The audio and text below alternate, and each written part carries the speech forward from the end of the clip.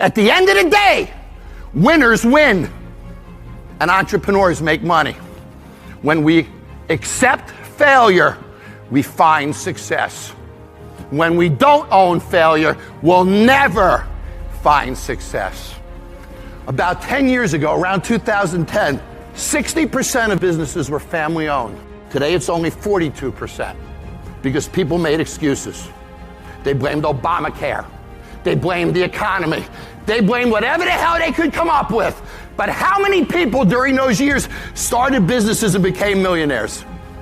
Every one of those excuses was bullshit. Every single one.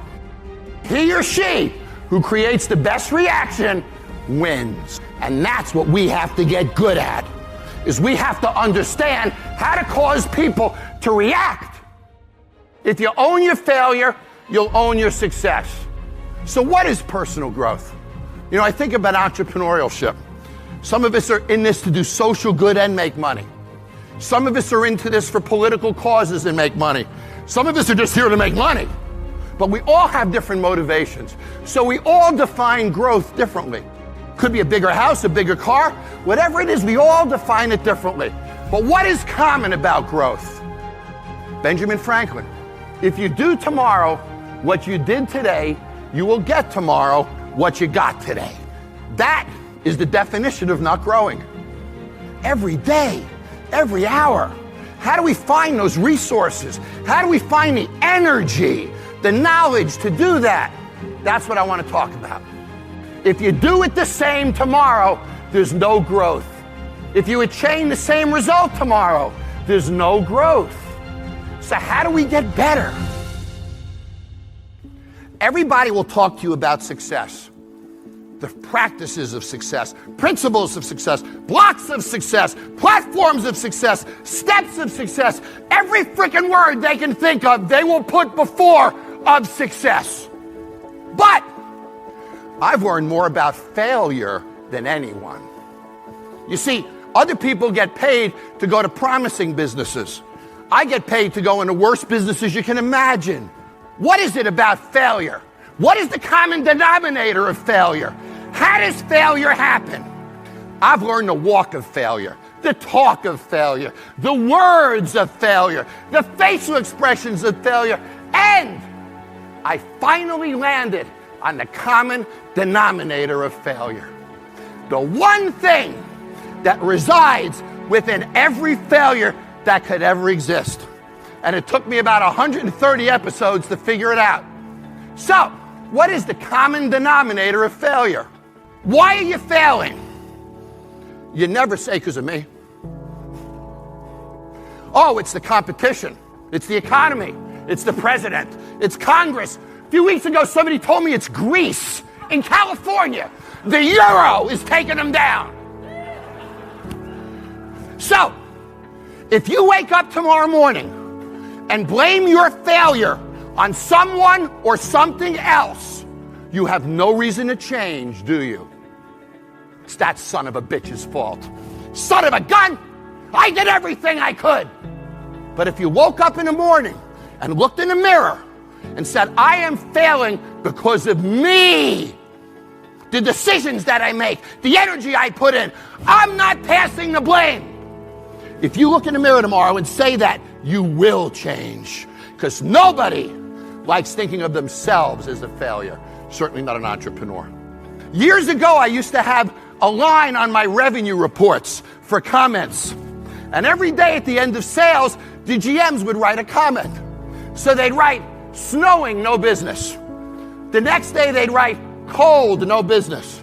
The next day, first nice day, no business. So, if you give somebody a line to put an excuse in, they will put something in that line every freaking time. But you can't. You can't. Because you're the people who make it happen, aren't you? You're the entrepreneurs. You're the ones who start the businesses, aren't you?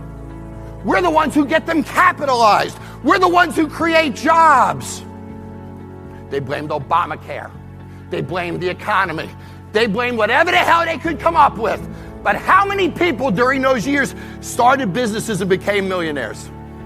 Every one of those excuses was bullshit. Wasn't it? Think about it. Every single one. At the end of the day, winners win and entrepreneurs make money. You think of your promotional partners, your neighbors, the kind of relationships that you can have, how you can expand your universe. You work it because you're focused on what? You're 20. And you don't stop till you find it. That is an entrepreneur. The one who sleeps with revenues every night and wakes up with them every morning. Who understands that expenses are easy to manage. I can spend 25% of my revenue on labor. I do 10 grand, I can spend $2,500 at $25 an hour, that's X amount of hours. It's not hard. The fact of the matter is, everything we do must create reactions. Those reactions drive frequency, drive spend, and fuel the economy of our country. And he or she who creates the best reaction wins. That's the business world. And that's what we have to get good at, is we have to understand how to cause people to react to what we do. And it's not the product. Don't let your brain stop there. It's the way the consumer or the individual reacts to it. And when you own the reaction, you own your future. That's business. And anybody who tells you we're in a product or services business is just dead wrong. Great products fail all the time, don't they? But products you love don't. Coke. Go open Coke, you have a bad can. Oh, awful. What do? Go buy another can of Coke. What's the single thing that drives success? You do. You're going to leave here today, and either you're going to change the way you act, or you're not. If you do, you're in a growth mode. If you don't, you're stuck. Let me leave you with this thought. The average American makes 3 to 5% more every year. That's it. They work their ass off to make 3 to 5% more a year. And then you meet those people who buck that trend, don't you? They double their money and their income in 3 years. In 5 years, they own the damn business. You've all seen it. That guy or girl didn't wake up tomorrow and do the same thing, did they?